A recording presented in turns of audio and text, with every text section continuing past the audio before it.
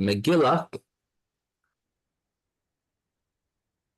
Daf Chaf Vav Amud Aleph 26a. We're near the very end of a page, near the bottom of the entire. We're discussing the different halachas of a shul. A shul in a large city, especially, always has a sanctity of a shul. Now, a lot of times you go in Israel, and you fall upon some old ruins of some old shuls. Here it is. That's one of them, the shul in Sustia. Okay, right now. That's a shul in Sustia, which I had. That's it. Is a shul in somewhere in the Russian peninsula. I'm not sure exactly where that is. Another ancient shul that they found. Some of these shuls are in old cities that are no longer inhabited, but it was very common that shuls were actually in the field. They were outside of the city. There were different reasons why shuls were traditionally always outside of the city. So many times you'll see ruins of a shul inside of a field, a place where there shouldn't be anything else. Nowadays, probably a field would not be a good place for a shul, just because of the field could have different fertilizers and smells. But back then, that's where the shuls typically were.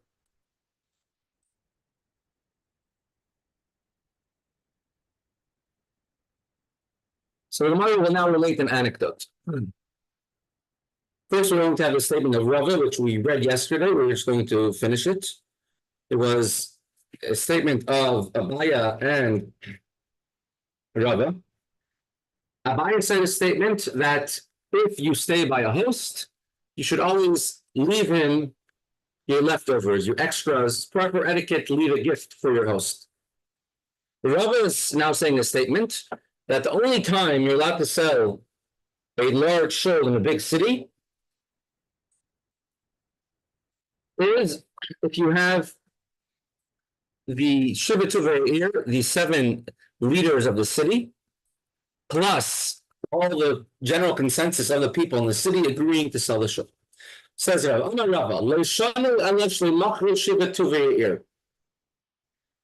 if the 7 elders, or 7 leaders of the city, 7 representatives agreed to sell the shul, so then our Mishnah gives legitimacy to the sale of the shul and could be sold. However, if the 7 elders of the shul do not give legitimacy to the sale of the shul, then the sale is not valid. And even after it was sold, and even after we got money for it, the place of the shul cannot be used for anything else but a shul.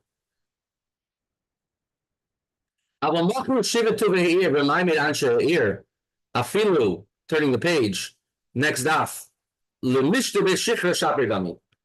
However, if he gives 2 conditions, if the 7 representatives of the city, together with the agreement of the people of the city, they agreed to sell the shul, then, as long as they use the proceeds for another shul, and according to the Rambam, they don't even need to do that, then all the holiness has left the place of the original shul, and therefore you could even take the money and buy a lot of Chaim, a lot of beer, and drink and have a good time, because the fact that it was sold with the agreement of everybody in the city removes from it any holiness that was both in the location and any holiness that was on the place of the shul. Rashi says it's going on the money that was earned for the shul, and Tosfos and Tosfos 3, they say it's going on the place of the shul itself, that you could even have it for a place of a, let's say, a public intoxication, a place of a bar where people go and drink beer. It's interesting, there was a shul in Crown Heights that's built on the place of a bar, and even after the shul was built, you had a bar in the basement of the building, till the bar eventually closed down years later. It was called Murphy's Bar. That's where Chayva Vetera Yeshiva is now. There's a big fancy shul on Eastern Parkway by Albany. Now it's a yeshiva, of the Baba's Yeshiva. And for years, the shul was called Murphy Shul because it's a shul named after the bar. It's in the shul. So that's a little bit different. A shul that that's opened up to begin with such a condition that it could be used for other things, not for a shul. For example, many Chabad houses, or they built conditionally that if they move to a bigger, nicer location, the old location is no longer a shul. So then it does not have the same exclusive halachas as a shul would have, and therefore every situation will be different. You have to ask a Rav what to do with it and what the story is. There is over here where I am now in Borough Park. There was a very large, beautiful, conservative temple, and it was bought, long ago closed down, and this building was sold about 15 years ago to a Hasidic court of Vizhnitz. No, one of the Baba of the Hasidic courts, and the Baba Rebbe said that you cannot have any benefit from anything in the shul. Not the benches, not the stained glass windows, not the shape of a dome, and he made them totally gut the shul, gut the building, and to redo it again. Halakhically, there are ways to go about that, meaning turning a place which is not a place to serve Hashem, or at least in a improper way, into a shul. But he went, you could say, beyond the letter of the law in his particular way. Continues the Gemara. Ravina havelehu tila b'nei. Ravina had a piece of land, which tab is even.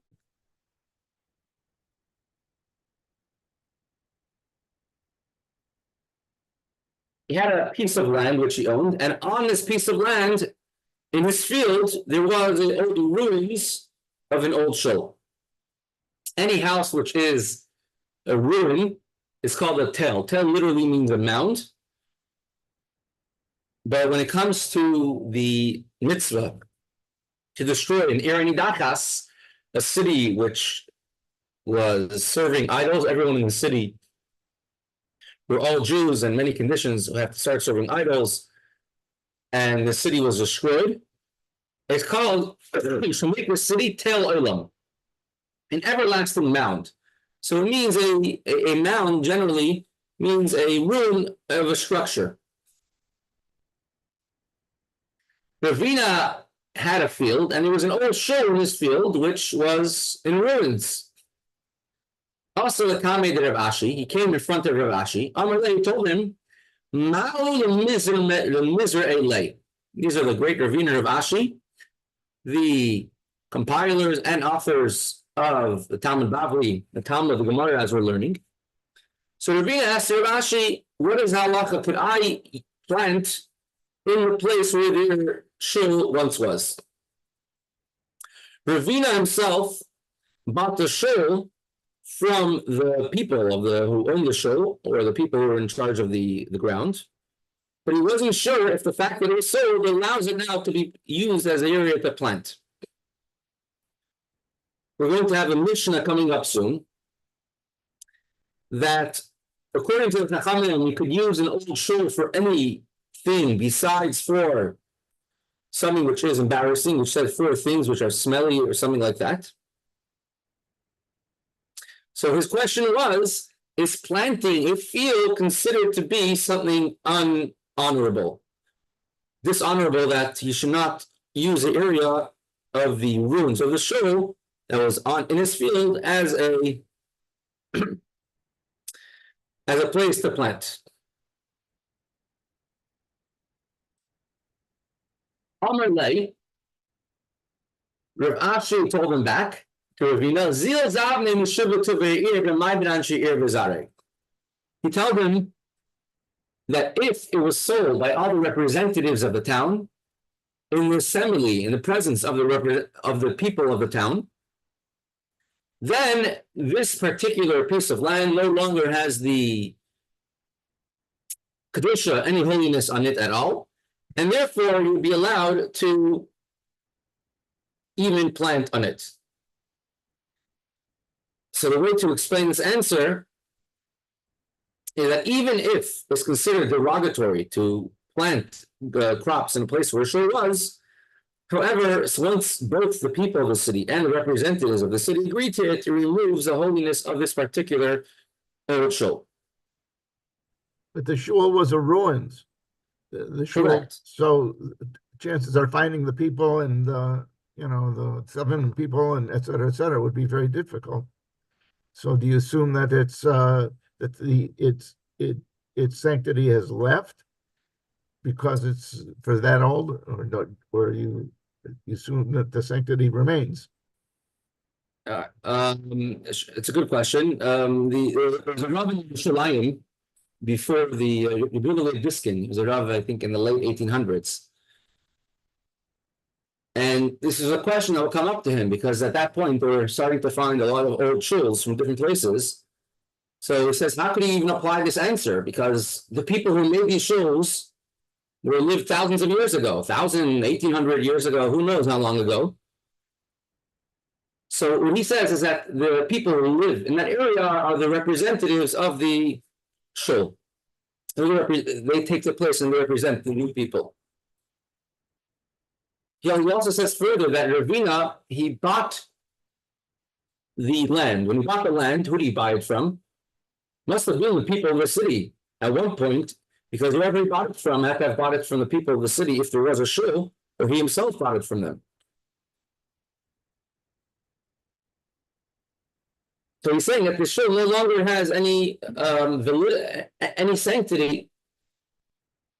So this halachically is a lot to unpack over here, especially with a lot of old shuls which are no longer in use at all.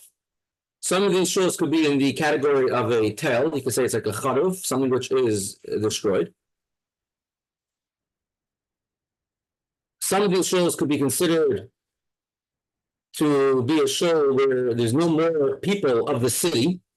Let's say a shul which is in the Hill District, but now there's no Jewish community in the Hill District. Interestingly, I was on the south side, and there were 2 shuls on the south side. Right? Now, I don't even know where they are today. So how exactly does it do it? So the Magen Avram writes that if you have something that was once used for a mitzvah, you can never take away its holiness. The Rambam holds a little bit differently. Something was used for a mitzvah, the holiness could go away. If it's sold with public consensus, the holiness could leave that object. And it boils down to over here, if you're allowed to sell a shul or not. Could you give a shul as a present? Could it be gifted to someone else? So these are all, I say, questions which, the poskim today could all discuss it. But in that particular part, so the Itkin says that it is the people who live there take over the place of the original Anshe basic Knesset, the original people of the shul, because they live in the same city.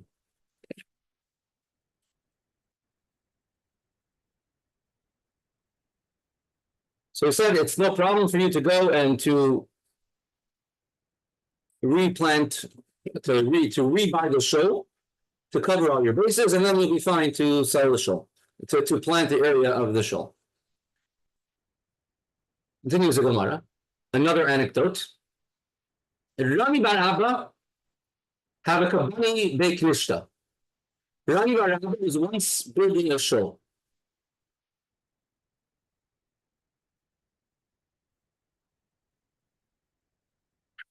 Abba he Knishta Tika, and in the place of the shul was a very old shul. Have a boy in yesterday. He wanted to not demolish the old building. The Rasuya was going to bring bricks, and Kashuri Minav Ayli Lasam he wanted to bring the old bricks and the old beams from the old shul and to build the new shul with it.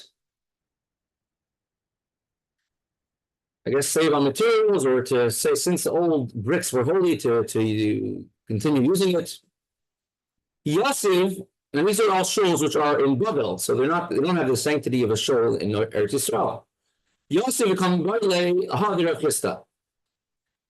So he went and to the Beis Medrash, and he started looking into the halacha of the halacha quoted in the name of Rav Chisda, the Amar Rav Chisda, which Rav Chisda stated, when a person is not allowed to build, to knock down an old shul, to destroy an old shul, before the new one is built. So the question was,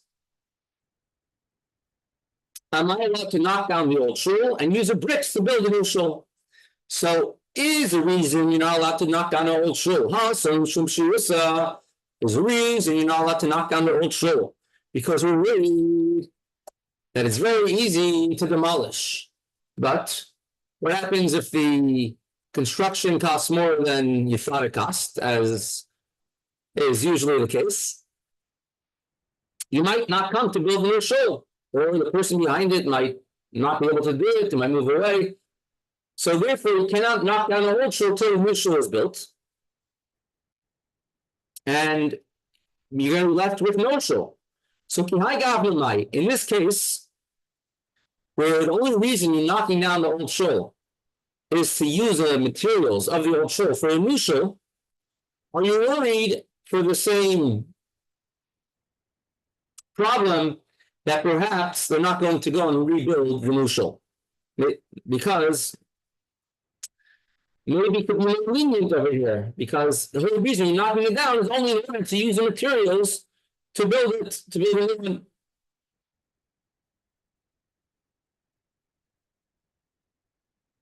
The Rebbe asked a question. Our Mishnah said that you could sell a shul as long as you're building a new shul. So what's the problem? Just sell the shul instead of knocking it down. So here the answer is that that's only if you're getting rid of the old shul and it's being used for, let's say, a house or something else, a store. But if you're going to use the same place, same area as a shul, so then you're not allowed to knock down the old shul until the new one is built.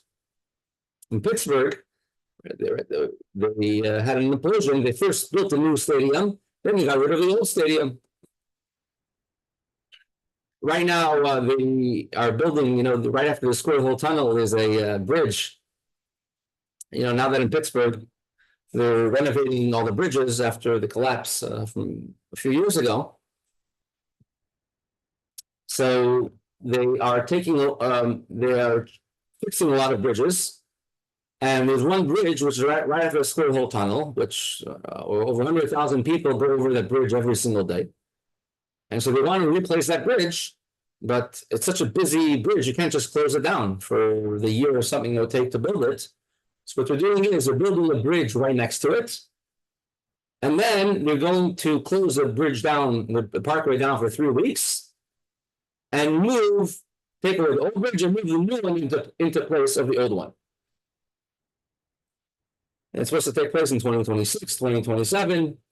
In those 3 weeks, I'm assuming there'll be a lot of traffic in the city. So we see that it's a common thing that you don't knock down until you have a replacement for something that's used by the public, by a shul especially. So in this particular case, could they knock down the old shul to build a new shul? Also, the comment of Rav Papa. It came in front of Rav Papa to ask this question. And he prohibited, he says, you're not allowed to knock down the old shul, first build a new one. The comment, and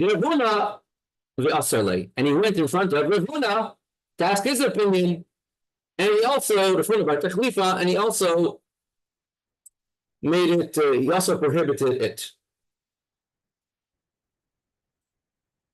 Now, the reason why he asked 2 different people is because it's brought down that each one gave a different reason. Usually, you ask a rabbi a question, you can't ask a second rabbi a question. If you don't like what the first one says, you go to the second one. It doesn't look like that in halakha. you have to choose one Rav and listen to what they say. But the reason why over here, because he was able to go to a different Rav, is because each one was prohibiting for a different reason. So he says maybe the reason could still be mutter. One is because there is another shul in the city where people could daven. So if there's another shul in the city where people could daven, maybe they could knock down this old shul while building a new one. If this is the only shul in the city, maybe you can't. But if it could daven somewhere else, maybe you're allowed to. And even then, he made it prohibited. Or this shul is a very old shul. And it could be that it might be a danger to daven in the shul because the structure is not strong, the walls might collapse. So maybe over here you'll be allowed to take it down even if you didn't do one. So then he's still prohibited for both of these reasons. So since each of these people gave he asked a question in a different way, there's a shul. He says, maybe I can take it down because it's old, and he said you can't. Maybe I can take it down because there's another shul people could daven, and he said you can't.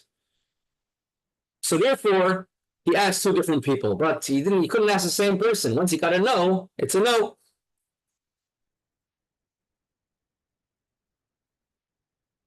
We'll pause the Gemara over here. The share will be a little shorter today. I have to go to my grandmother's funeral here in Borough Park in another hour from now, 12:30.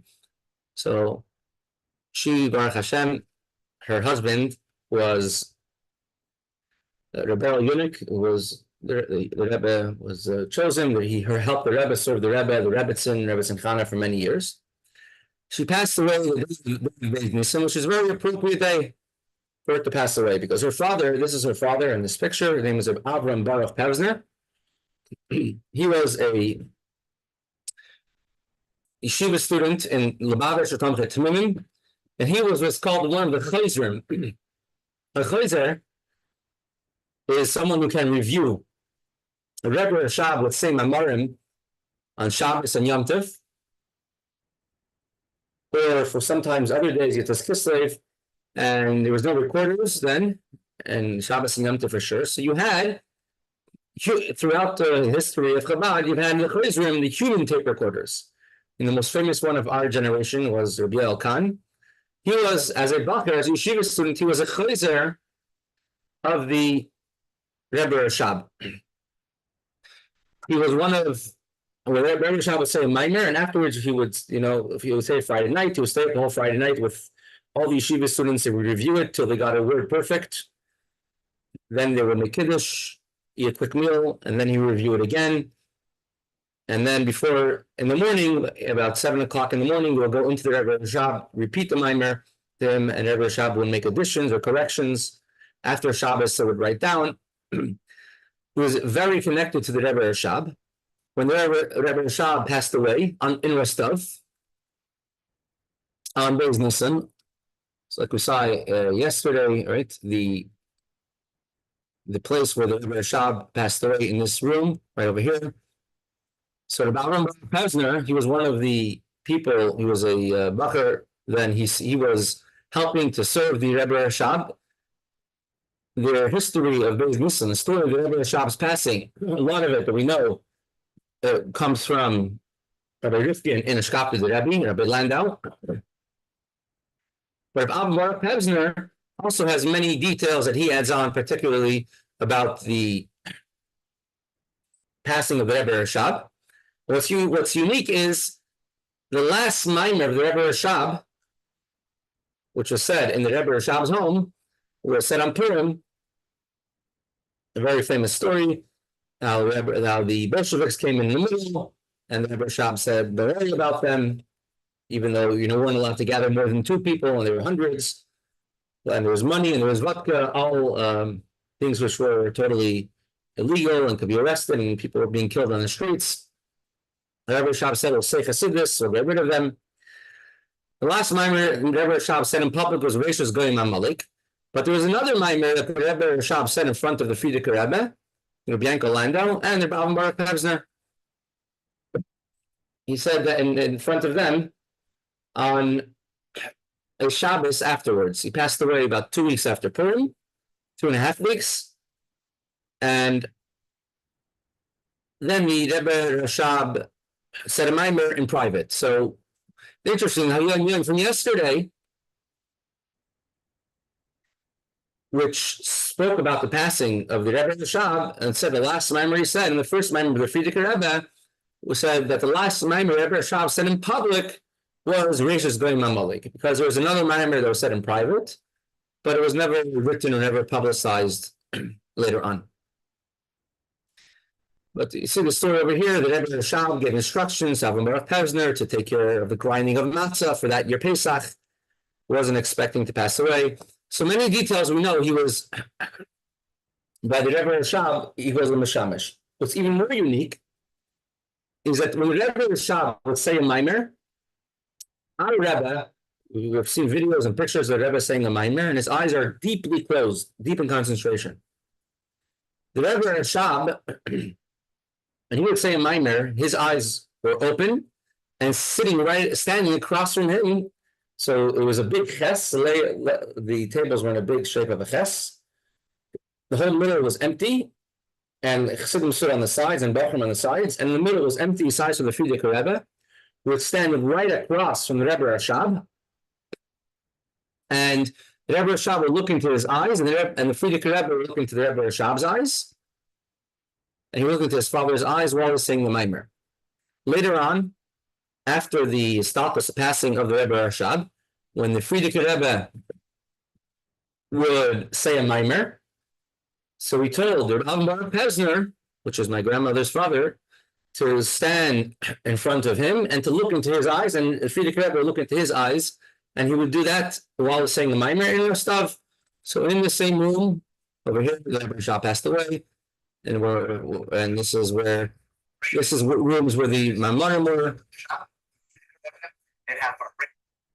This is the Rebbe Rashab's place. So right over here in this place is where the Rebbe Rashab would sit later on, the Frierdiker Rebbe, and would look into the eyes of the Ram Baruch Pevsner. And that stopped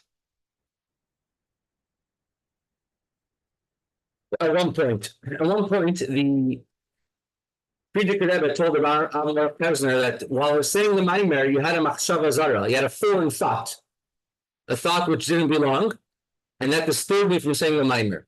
From then on, the Frierdiker Rebbe would close his eyes while saying the mimer, and then from then on it was like that, and then our Rebbe was the same thing as well. By many sichos, especially in later years, sichos, the Rebbe said with his eyes closed, the Rebbe one time said the reason why his eyes are closed during the sicha is that people's machshavas zaros, people's foreign thoughts, should not interrupt them, should not be involved, should not mix them up, should not disturb him. I mean, the Rebbe, people are thinking could actually, the Rebbe could see and hear, and he didn't want it to disturb him. That's why he said his eyes were closed during that time. So what was the machshava zara, the foreign thought that Rav Baruch Pevsner had, was that the mimer that the Frierdiker Rebbe was saying was a beer, an explanation on a mimer of the Rebbe Rashab. And he thought about that, and so that already thinking about that, thinking of concentrating on anything but that, was already considered to be a machshava zara, a foreign thought, something you shouldn't be looking at. So as a shachar pratis that when my grandmother passed away, her father was arrested. She has no memories of her father. She was, I think, 4 years old when he was arrested. Avram Baruch Pevsner was he was exiled to Kazakhstan. He actually, at one point, he saw the Rebbe's father, Rabbi Levi Yitzchok, in prison.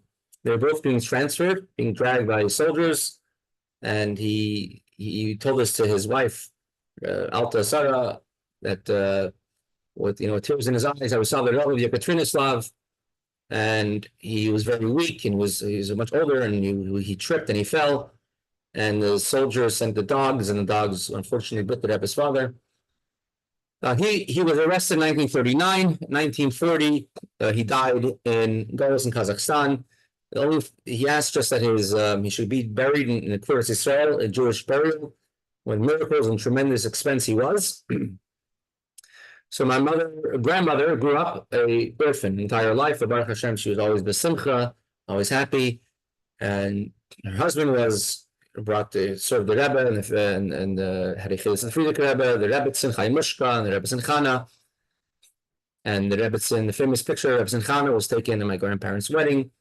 The Rebbe was at their chasana, Shalder Kedushin. So I'm sure Baruch Hashem, the Rebbe is taking care of them now as well. And with that, we shall only share in Simchas. Tomorrow, Rabbi Darren will Eretz Hashem